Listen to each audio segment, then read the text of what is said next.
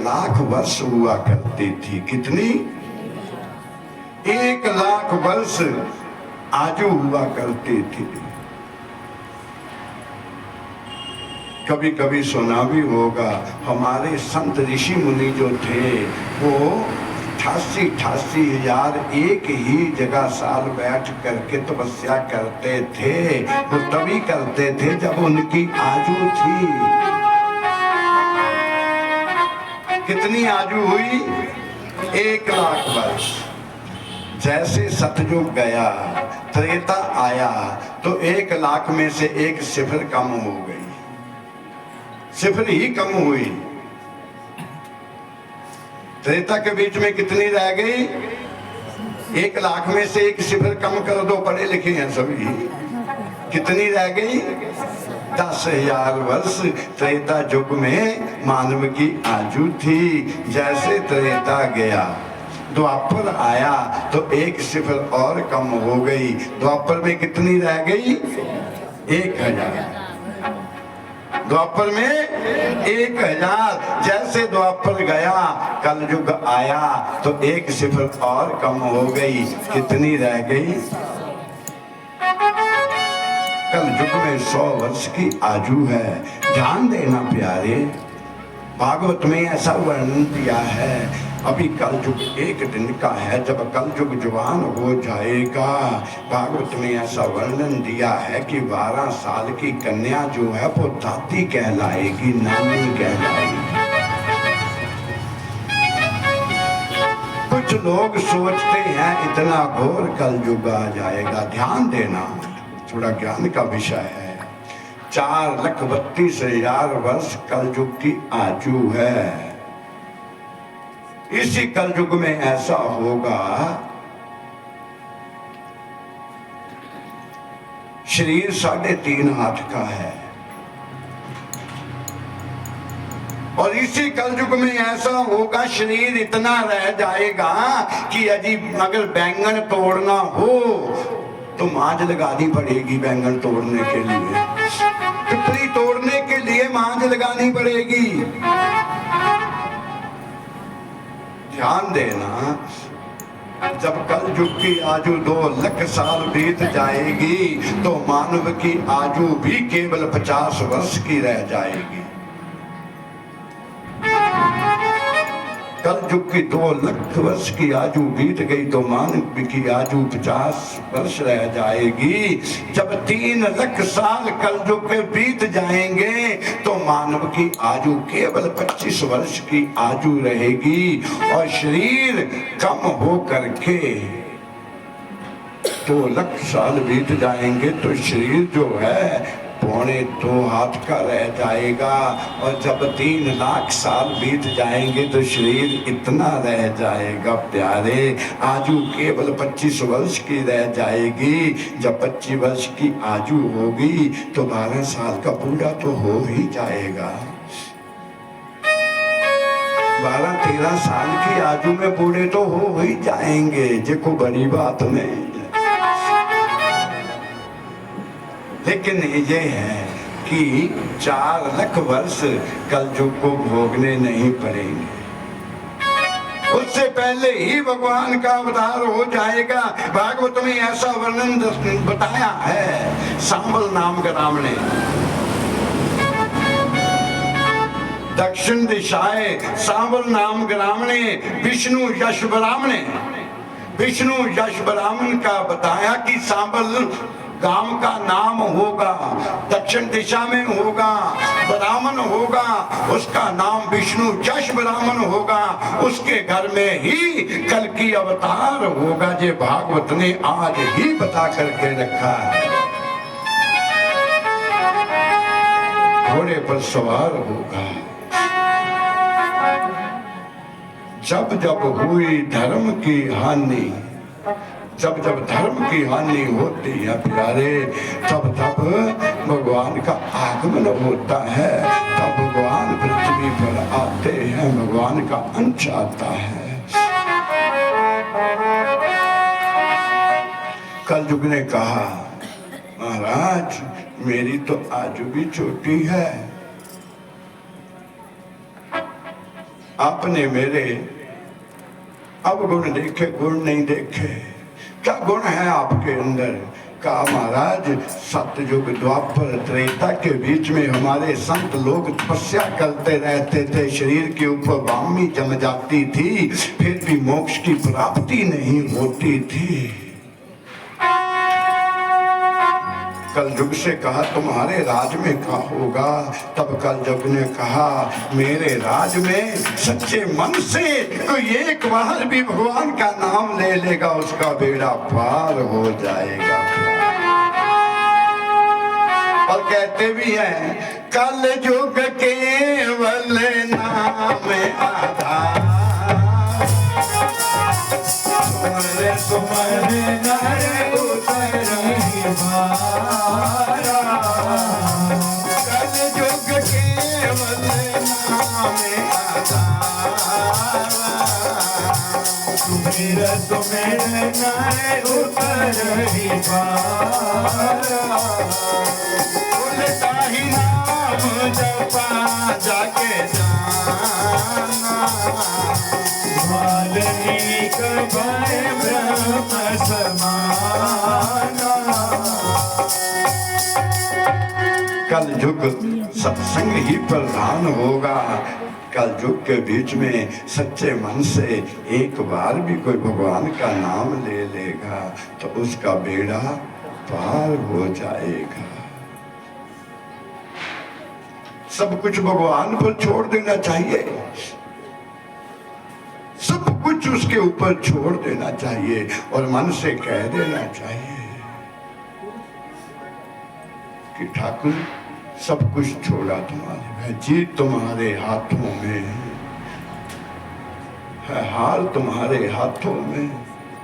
अब सौंप दिया इस जीवन का सब भार तुम्हारे हाथों में। अब सौंप दिया इस जीवन का सब भार तुम्हारे हाथों में। अब सौंप दिया इस जीवन का सब भार तुम्हारे हाथों में। अब सौंप दिया इस जीवन का अब भार तुम्हारे हाथों में। है जीत तुम्हारे हाथों में और हार तुम्हारे हाथों में। है जीत तुम्हारे हाथों में और हार तुम्हारे हाथों में। बोलिए गोविंद भगवान की जय हो। कल युग ने कहा, परीक्षित के मन में आया यदि इसके अंदर गुण भी है, कल युग में तो इतनी आजू भी नहीं है कि इतने वर्ष बैठ करके कोई तपस्या करे। फिर गृहस्थी आदमी है, गृहस्थी आदमी के पास तो वैसे ही समय नहीं है। और कल युग ने वरदान दे दिया यदि एक संत सारा दिन बैठ करके भक्ति करे और एक गृहस्थी आदमी एक घड़ी बैठ करके उसके नाम का पूजन कर ले तो उसकी संत के बराबर हो जाएगी, क्योंकि गृहस्थी के पास समय ही नहीं है। वो सृष्टि को चलाता है, वो जगत पिता है, वो सृष्टि को चलाता है। हम गृहस्थी के पिता है, हम गृहस्थी को चला लें, ये ही बड़ी बात है प्यारे, ये ही बड़ी बात है।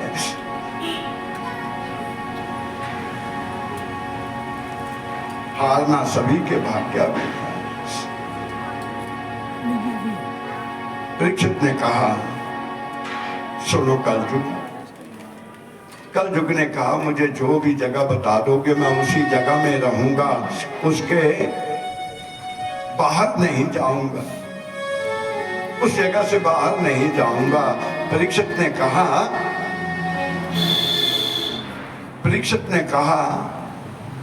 जाओ। परीक्षित ने कहा मैं जो तुम्हें जगह देता हूं उसी जगह पर रहना, उससे बाहर मत जाना। बताओ मुझे कौन सी जगह दी? परीक्षित ने कहा सुनो, वैश्या के कोठे के ऊपर तुम्हारा वास होगा, फांसी के तख्ते के ऊपर तुम्हारा वास होगा, जहां चुगली निंदा होगी वहां पर तुम्हारा वास होगा। सुरा के बीच में तुम्हारा वास होगा, सुरा श्राप, सुरा के बीच में तुम्हारा वास होगा। कल युग ने कहा महाराज ये सारियां भेटां भूटां ही देतियां, बाणे वाली जगह तक कोई भी ना दी, मकान भी बनाना, रास्ता भी चाहिए, कोई खरीदी जगह ही दे दियो जितना प्याज लहसुन लग जाए। प्यार से बोलो हरे कृष्ण। एक जगह अच्छी दे दो। परीक्षित ने कहा एक जगह तुम अपनी मर्जी से मांग लो। कल युग ने कहा महाराज फिर स्वर्ण के बीच में भी मेरा वास होना चाहिए। परीक्षित ने कहा तथा अस्तु, कह तो दिया तथा अस्तु।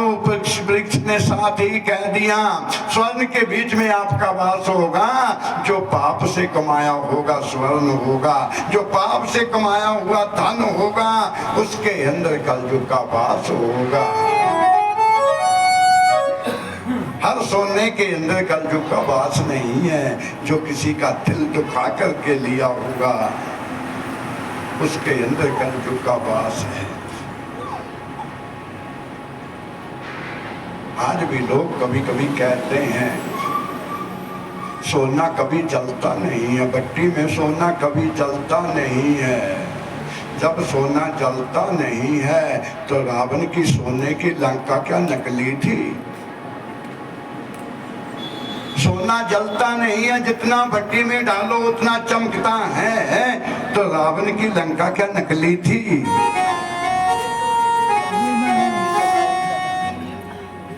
क्योंकि परीक्षित ने कहा जो पाप से कमाया हुआ धन होगा उसमें कलयुग का वास है प्यारे। किसी का दिल दुखा करके धन लिया होगा उसमें कलयुग का वास है।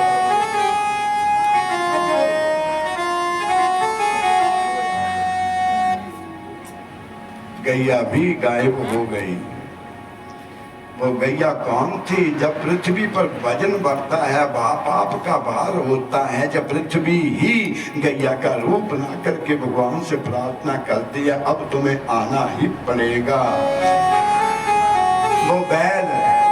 वो बैल धर्म है,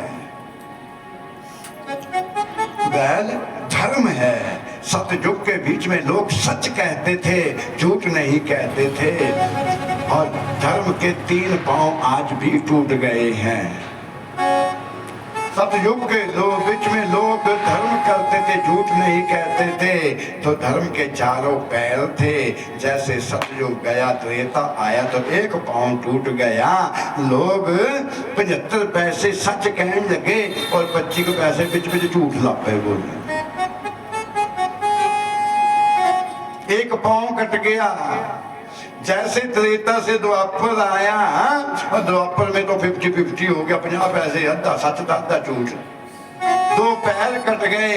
और जैसे कलयुग आया प्यारे उन तो 25 पैसे ही धर्म है, 75 पैसे आज भी पाप है।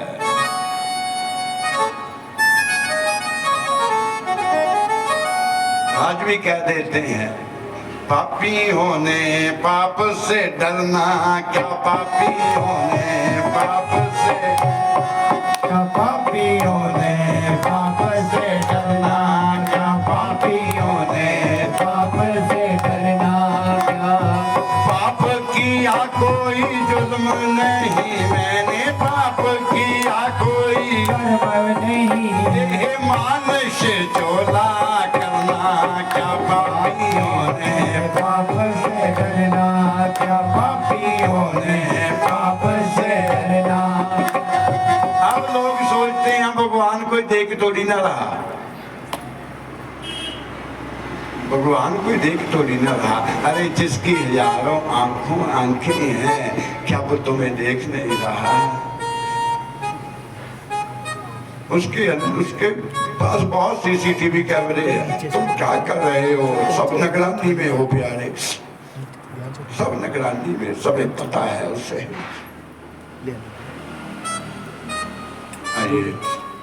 सूत जी महाराज कहते पृथ्वी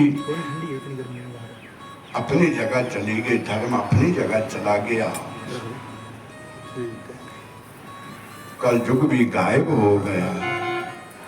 परीक्षित महल में आए, कई दिनों तक महल में रहे।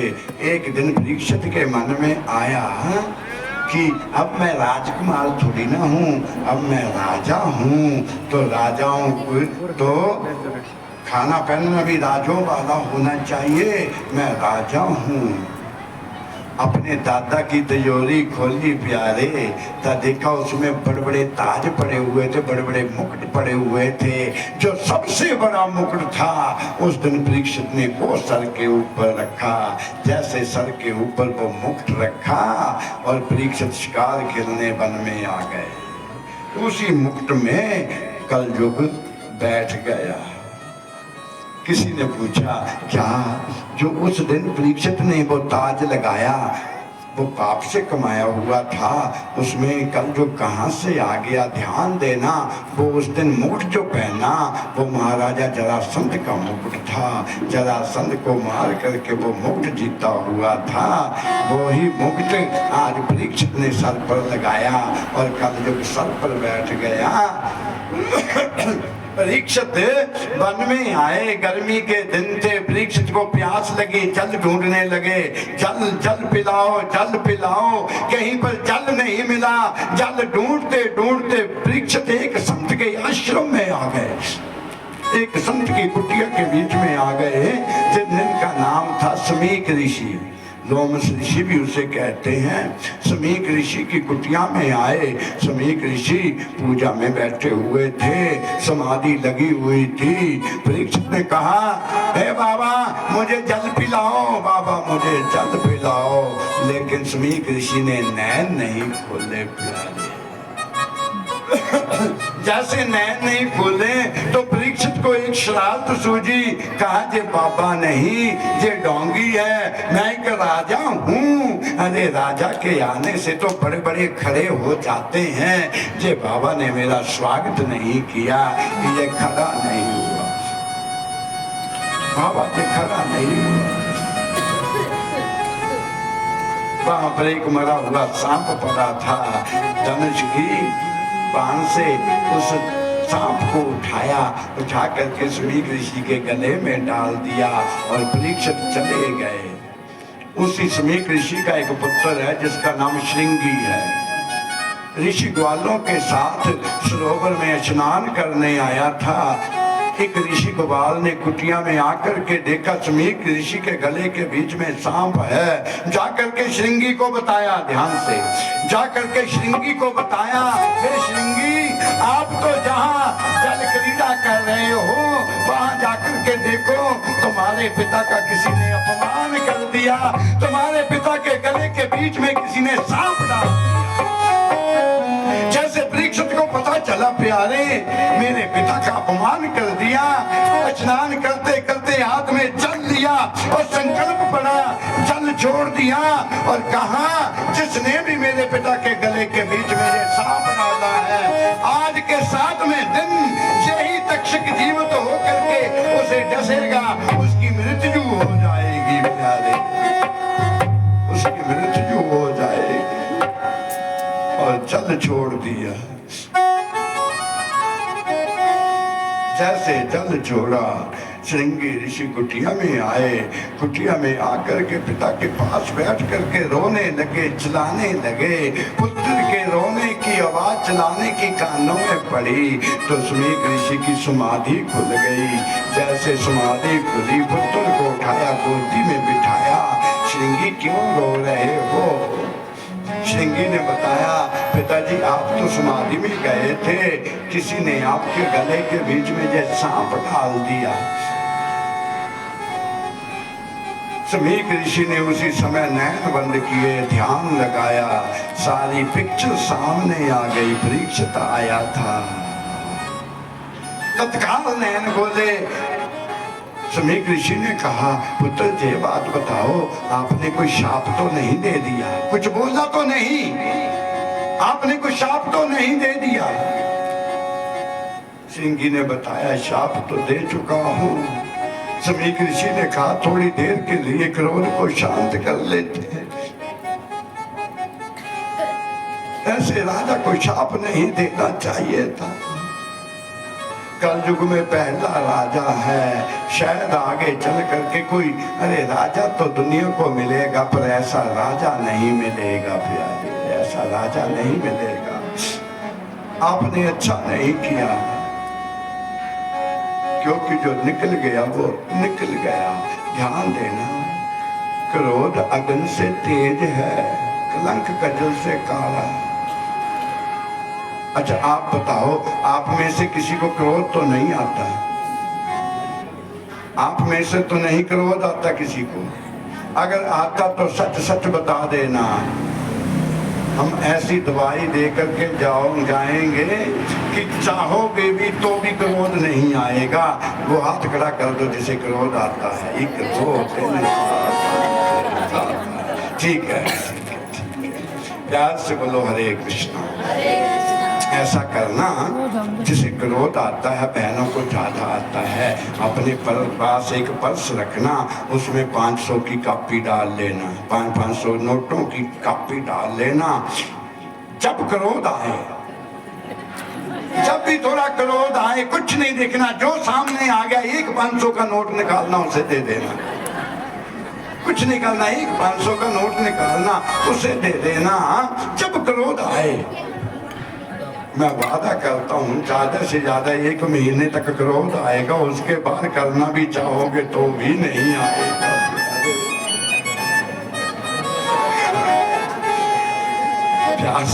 हरे कृष्णा। क्योंकि क्रोध अग्नि से तेज है बेटा।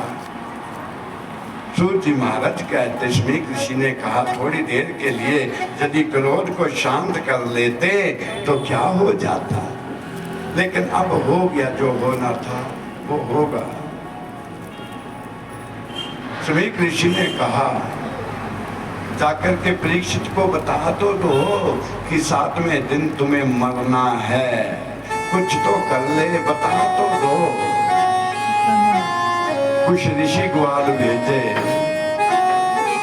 जाकर के परीक्षित को बता दो कि 7वें दिन तुम्हें मरना है।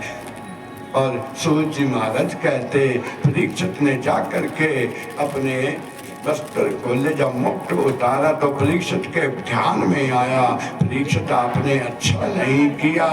जिन संतों की इज्जत हमारे बाप दादा करते आए और आपने अपमान कर दिया, आपने अच्छा नहीं किया, आपने अच्छा नहीं किया। शाही वस्त्र उतारे, ताज उतारा परीक्षित ने। इतने में ऋषि ग्वाल जाकर के पहुंच गए।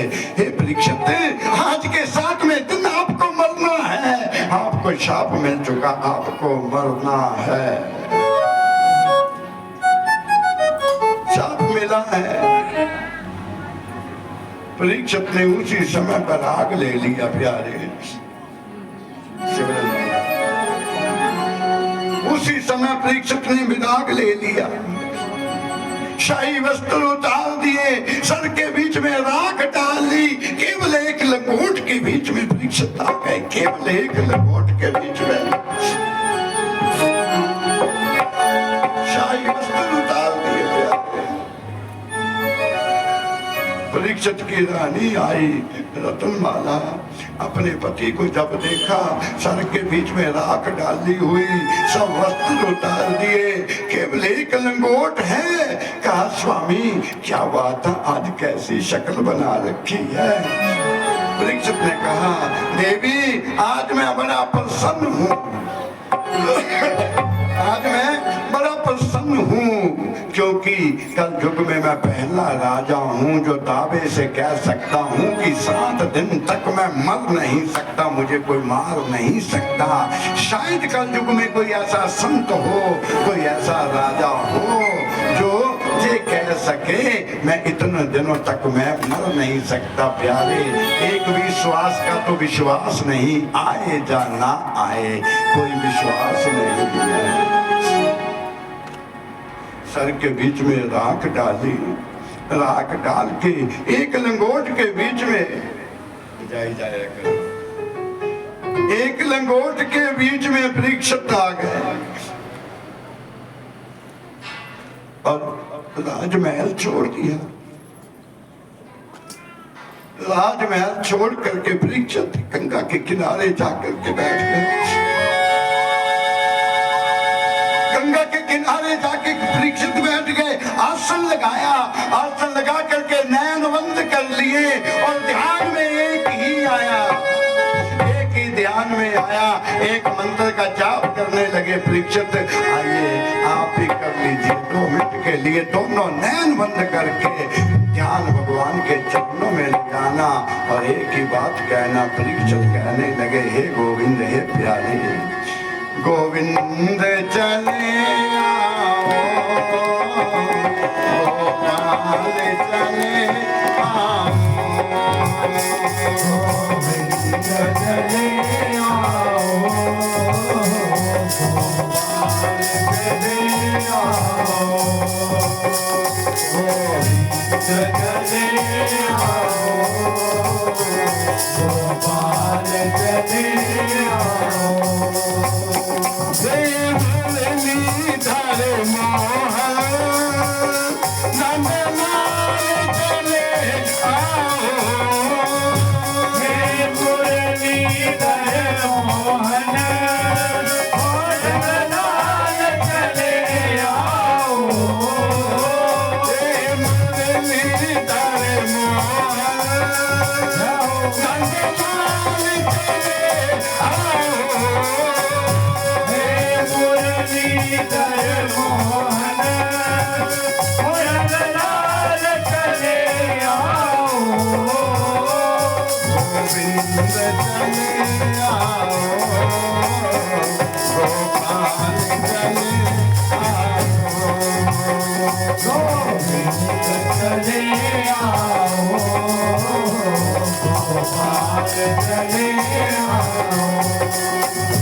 नंदलाल चले आओ, नंदलाल चले आओ, गोपाल चले आओ, गोपाल चले आओ। प्यार से बोलिए, हरे कृष्णा हरे कृष्णा हरे कृष्णा हरे कृष्णा। सूत जी महाराज कहते परीक्षित के नैन बंद है, गोविंद चले आओ, गोपाल चले आओ। सूत जी महाराज ने सभी ऋषियों से कहा, चलो हम भी गंगा के किनारे चलते हैं। सभी ऋषियों को लेकर के सूत जी महाराज गंगा के किनारे प्रवेश कर गए। जैसे परीक्षित के नैन खोले तो क्या देखा, आगे पीछे ऊपर नीचे संत ही संत दिखाई देने लगे। परीक्षित ने प्रश्न किया, परीक्षित ने प्रश्न किया, हे गुरुदेव आप तो बहुत बड़े बड़े संत हैं, आपने बहुत तपस्या की है, आप ये बताइए अगर किसी की मृत्यु को 7 दिन बचे हो उसे कैसे मोक्ष की प्राप्ति होगी। किसी ने कहा राम कथा सुन लेना, किसी ने कहा शिव पुराण सुन लेना और किसी ने मार्कंडे पुराण पता नहीं क्या कहा, लेकिन ये नहीं कह सके कि तुम्हें मोक्ष की प्राप्ति हो जाएगी। ये किसी ने नहीं कहा। इतने में व्यास जी के पुत्र सुखदेव जी महाराज तपस्या करने गए हुए थे। जब उन्हें पता चला कि परीक्षित को शाप मिला है, वो तपस्या छोड़ करके आने लगे। ध्यान देना, अभिमान किसी बात का नहीं होना चाहिए। अभिमान कुछ और होता है, मान कुछ और होता है। जैसे मान लिया ये काम मैं भी कर सकता हूं, ये काम मैं भी कर सकता हूं, ये बात कुछ और है। अगर ये कहे ये काम मैं ही कर सकता हूं, ये बात कुछ और है। अपने के ऊपर कॉन्फिडेंस तो होना चाहिए।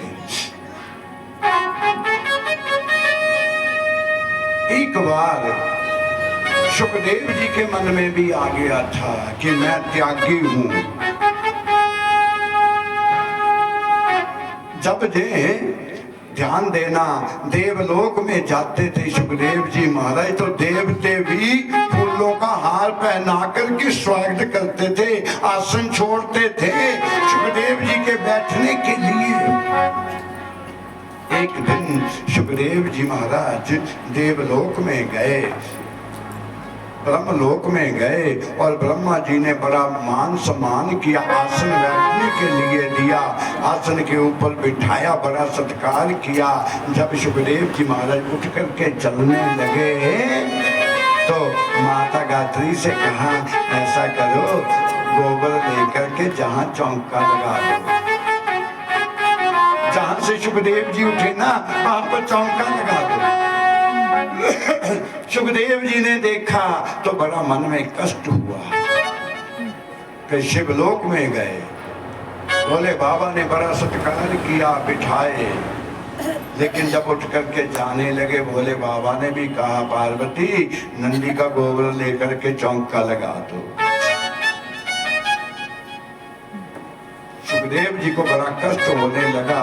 इसी प्रकार विष्णु लोक में लक्ष्मी ने साथ हुआ तो सुखदेव ने पूछा, विष्णु से पूछ ही लिया, मुझे ये बताइए मेरे बैठने से पहले चौका लगा देते तो मेरा सम्मान था, अरे मेरे उठने के बाद चौका लगाया, इसका मतलब क्या? पहले तो विष्णु भगवान बोले नहीं, लेकिन जब नहीं पूछा तो भगवान विष्णु ने कहा सुनो बेटे सुनो सुखदेव, आप विद्वान है, बहुत विद्वान है, इसमें कोई शक नहीं है। आप परीक्षित को मोक्ष दिलाने जा रहे हो, कैसे दिलाओगे? इसलिए चौका लगाया कि आपने अभी किसी गुरु महाराज का पता आपके गले में नहीं है प्यारे, किसी गुरु महाराज की कृपा आप पर नहीं है। ध्यान देना, भागवत में ऐसा वर्णन दिया है, अपने घर में तुम पूजा करवाते हो, कुछ भी करवाते हो, जिससे करवाते हो पहले ये पर्चा लेना चाहिए, क्या ये गुरुमुख है, क्या ये गुरुमुख है? ऐसा वर्णन दिया है। यदि कोई गुरुमुख नहीं है, चाहे कितना भी ज्ञानी हो जाए, बेगुरे थे उपदेश लेना भी नरक का गाधामी बन जाता है प्यारे। सुखदेव जी से कहा आपका कोई गुरु नहीं है, गुरु नाम का पटा आपके गले के बीच में नहीं है। सुखदेव जी अपने पिता के पास आए, पिता व्यास के पास आए और व्यास जी से कहा तुम ही बताओ पिताजी मैं कैसे अपना गुरु बनाऊं, क्योंकि गुरु तो कहते ना पानी पीना शान का, गुरु बनाना। मेरे साथ भी हुआ एक जगह, पंचकुला में हुआ। एक बहन आई, गुरुजी नामदान लेना, दीक्षा लेना। मैंने कहा बेटे चंडीगढ़ में बहुत संत है, हमारा काम तो कथा हुआ करना है। नहीं गुरुजी मैंने दीक्षा लेनी है। मैंने कहा बच्चे कितने हैं? कहा गुरुजी 2। मैंने कहा भाई अभी तक दीक्षा नहीं ली। कुछ लोग कहते हैं कि दीक्षा लेने का समय होता है प्यारे, दीक्षा लेने का कोई समय नहीं होता है। पता नहीं कब बुलावा आ जाए, पता थोड़ी ना। आप सोचते रहोगे कि दीक्षा लेनी है, नामदान लेना है, कब बुलावा आ जाए जे तो पता नहीं, जितनी जल्दी हो जाए उतनी जल्दी कर लेना।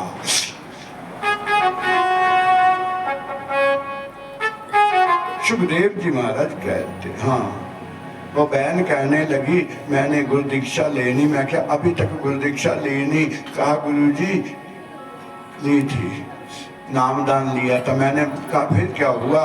जब मेरा विवाह हुआ तो गुरु जी चल बसे। मैंने कहा बेटे फिर क्या हुआ? कहा फिर क्या हुआ? फिर और गुरु बनाए। मैंने कहा फिर क्या हुआ? जब ये बेटा हुआ वो भी चले गए। मैंने कहा फिर हुआ? फिर और गुरु बनाए। फिर क्या हुआ? जब ये बेटा हुआ वो भी चले गए। मैंने कहा फिर क्या? अब आपकी बारी है। अब आपके पास आई हूँ। मैंने कहा अभी मुझे बहुत काम करनी है, मुझे नहीं जाना। ध्यान देना प्यारे, जिंदगी में सब कुछ बदल देना, लेकिन गुरु मंत्र नहीं बदलना।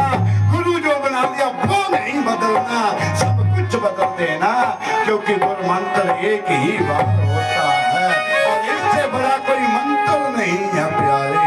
गुरु गूंगे गुरु बामरे, गुरु के लिए दास, जे गुरु पे जे नरक नो तो भी रखिए स्वर्ग की आस। एक बार आपने पत्थर को गुरु मान लिया तो वो ही गुरु है। सुखदेव जी महाराज कहते हैं व्यास जी से, पिताजी मैं किसे गुरु बनाना? कहते हैं ना पानी पीना शान का गुरु बनाना जान के। मैं तो त्यागी हूँ, ब्रह्मचारी हूँ, त्यागी हूँ। गुरु तो उसे बनाना जेड़ा मेरे जैसा हो, मेरे भी ऊपर हो गए। व्यास जी के मुख से निकल गया जाओ बेटा, इस समय महाराजा जनक ही आपके गुरु महाराज बनने के लायक है। जाओ जनक को अपना गुरु बना लो। सुखदेव जी महाराजा जनक के पास गए। जैसे देखे तो महाराजा जनक अपनी प्रजा के बीच में मस्त देखे। मन में भाव आया जे मेरे गुरु बनने के लायक है। मैं तो त्यागी हूँ, जे तो आज भी प्रजा से प्यार करते हैं, जे मेरे गुरु बनने लायक नहीं है, वापस आ गए। पिता ने पूछा दीक्षा ले ली? बोला पिताजी वो दीक्षा लेने लायक नहीं है, वो तो प्रजा में मस्त है, मैं तो त्यागी हूँ, मैं ब्रह्मचारी हूँ। व्यास जी ने कहा सुनो बेटे, जो दिखावत है, जो दिखाई देता वो है नहीं, जो है वो दिखाई देता नहीं। जो सच है वो दिखाई देता नहीं। ध्यान देना प्यारे। अब आपसे पूछ लिया गुरुजी, हम आपके सामने बैठे, हम कैसे कह दें कि हमें दिखाई नहीं देते? हम कैसे कहें हमें दिखाई नहीं देते? ध्यान देना। आज जाते समय ना एक रसगुल्ले का डब्बा अपने घर ले जाना। दर्पण तो आपके घर में होगा, शीशा तो होगा ना। और ध्यान देना, शीशे में दर्पण में अपना मुख देखना। जो मुख आपको दर्पण में दिखाई दे रहा, उसे कल एक रसगुल्ला खिला करके आना, फिर मुझे आकर के बता देना कि उसने कितने रसगुल्ले खाए।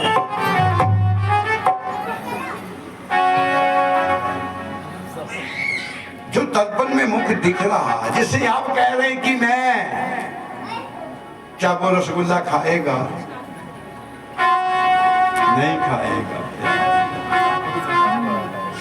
व्यास जी कहते पुत्र जो दिखाई देता वो है नहीं, जो है वो दिखाई देता नहीं। दिखाई देता नहीं, जाओ वो ही है। दर्पण है गुरु महाराज, दर्पण है गुरुदेव। दूसरी बार सुखदेव जी महाराज गए तो महाराजा जनक अपनी रानियों के बीच में मस्त थे। फिर वापस आ गए। भगवान ने सोचा जे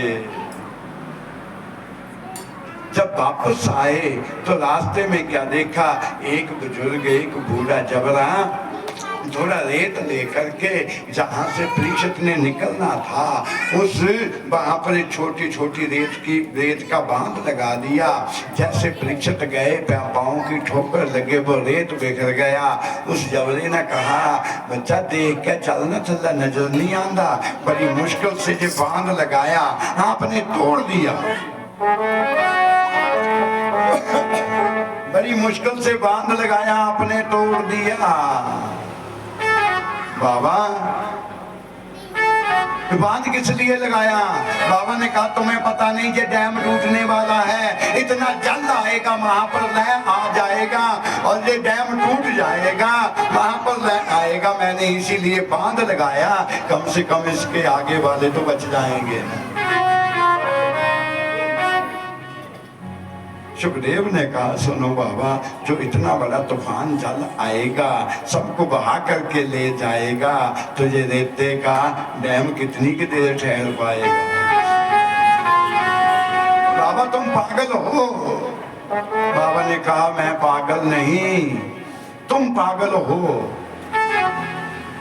सुखदेव जी ने कहा, बाबा मैं तेरे बड़ा पागल आज तक नहीं देखा। बाबा ने कहा, मैं तेरे जैसा पागल आज तक, बड़े बड़े पागल है दुनिया में। सुखदेव ने कहा, कौन? कहा, सुनो, एक व्यास जी का बेटा है जिसका नाम सुखदेव है, 2 बार नाम लेने के दीक्षा लेने के लिए गया लेकिन भाग्य में नहीं था, उससे बड़ा पागल और कौन है? कौन है उससे बड़ा पागल, कौन होगा? यहां से थोड़ा ज्ञान आया सुखदेव जी को, वापस चले गए। ज्ञान देना, ड्योढ़ी में खड़े हो गए सुखदेव जी महाराज। द्वारपालों से कहा, महाराजा जनक से कहना कि व्यास जी के पुत्र सुखदेव जी आए हैं, आपको गुरु बनाना चाहते हैं। द्वारपालों ने जाकर के कहा तो जनक ने अंदर से कहा, उसे कहो जहां खड़े हो वहीं खड़े रहिए, अभी तक समय नहीं है। जहां खड़े हैं वहां खड़े रहिए, अभी तक समय नहीं है। ऐसा वर्णन आता है, बिना कुछ खाए पिए 21 दिन तक सुखदेव जी महाराज जनक की ड्योढ़ी के ऊपर खड़े रहे। एक बात कहूं आपसे, हम लोग कहते भगवान आते नहीं है। आपने कभी जाकर के मेले का दिन हो किसी मंदिर में जाकर के देखना, कहां पर होड़ लगी होती, एक दूसरे से लड़ते हैं, पहले मैं आया, पहले मैं आया, पहले। कई VIP लोग भी होते हैं, 100 रुपया दो थोड़ा को आकर ले जाना यहाँ से, कितना फल मिलेगा तुम्हें? अपनी लाइन में खड़े हो जाना, 2 दिन तक समय ना मिले तो अपनी लाइन से ही जाना और जाकर के प्रणाम करना। मेरा वादा है कि आपको फल मिलेगा।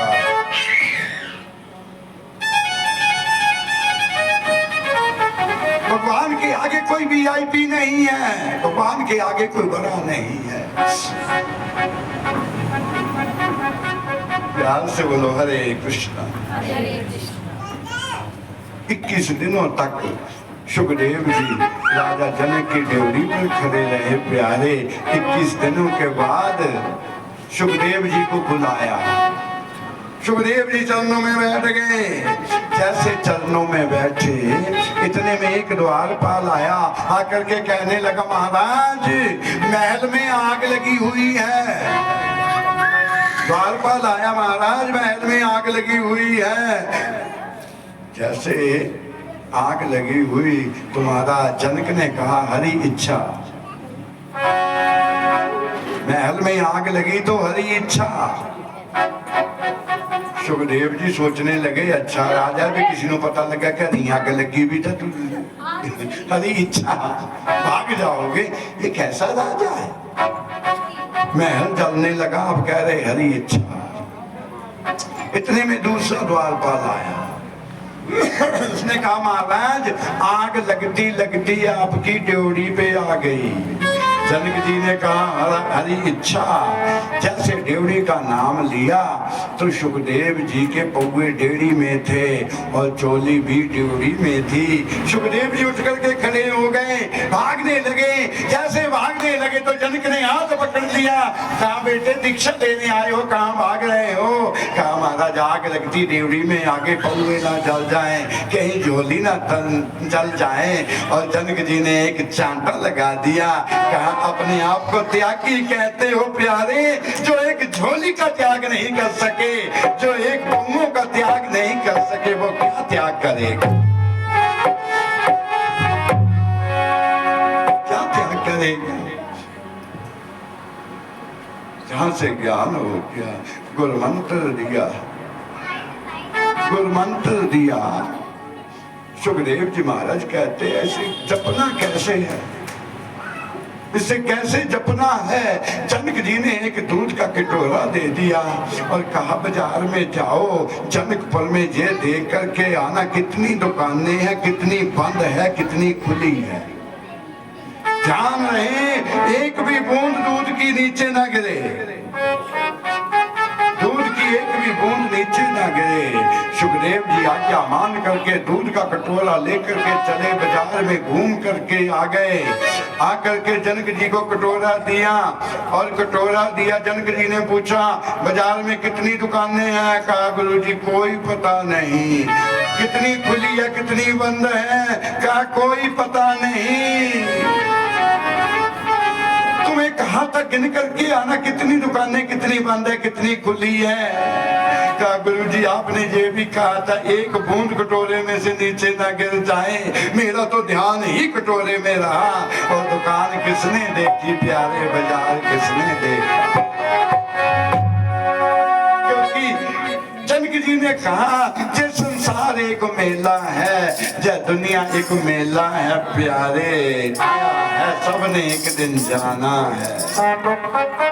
इस मेले में फंस मत जाना प्यारे, इस मेले में फंस मत जाना, यहाँ कोई किसी का नहीं है।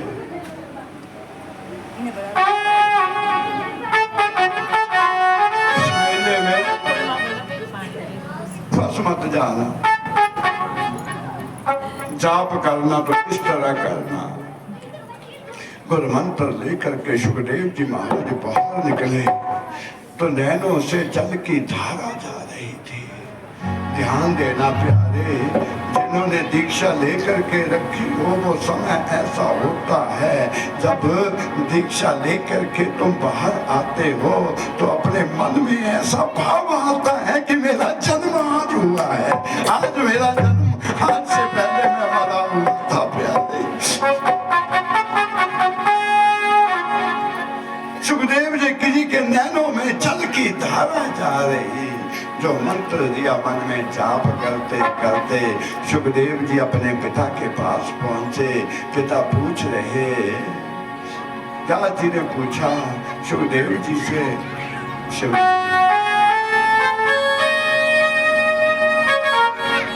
व्यास जी ने सुखदेव जी से पूछा क्या गुरु महाराज मिल गए? सुखदेव जी कुछ भी नहीं बोल रहे।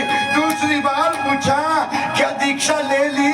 लेकिन सुखदेव जी कुछ भी नहीं बोलते। और तीसरी बार पूछा क्या गुरुदेव नहीं मिले? सुखदेव जी कहते, तब सुखदेव जी बोले, कहा गुरुदेव मिल गए। क्या दीक्षा ले ली? सुखदेव जी कुछ नहीं बोले। फिर व्यास जी ने कहा क्या आपके गुरु महाराज, आपके गुरु महाराज का तेज सूर्य जैसा है? तब सुखदेव जी ने कहा हे पिताजी, सूर्य के अंदर तेज तो है, यदि तेज है तो तप्त भी है, लेकिन मेरे गुरु महाराज का तेज तो है लेकिन तप्त नहीं है प्यारे, लेकिन तप्त नहीं है। व्यास जी ने कहा वे चंद्रमा जैसे शीतल होंगे, चंद्रमा जैसे शीतल होंगे। सुखदेव जी ने कहा पिताजी चंद्रमा शीतल तो है, लेकिन ध्यान से देखोगे तो चंद्रमा के अंदर दाग पड़ा है। मेरे गुरु महाराज शीतल तो है, मेरे गुरु महाराज के अंदर कोई दाग नहीं है। प्यारे गुरु महाराज के अंदर कोई दाग नहीं है। सभी एक बार कहेंगे, गुरु मेरे चरण भर गए, मेरी प्रीत ना जगोरा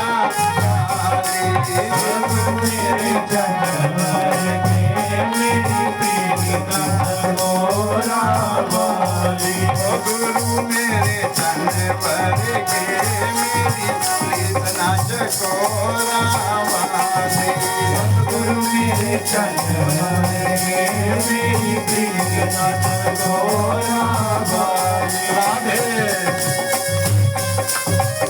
गुरु मेरे चरण भर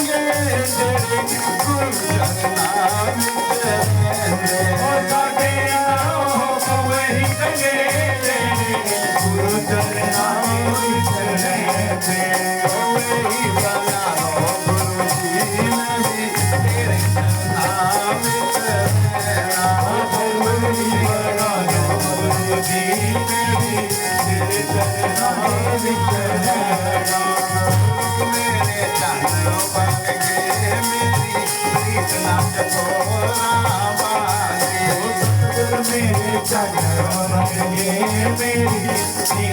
जगोरा वाली। राधे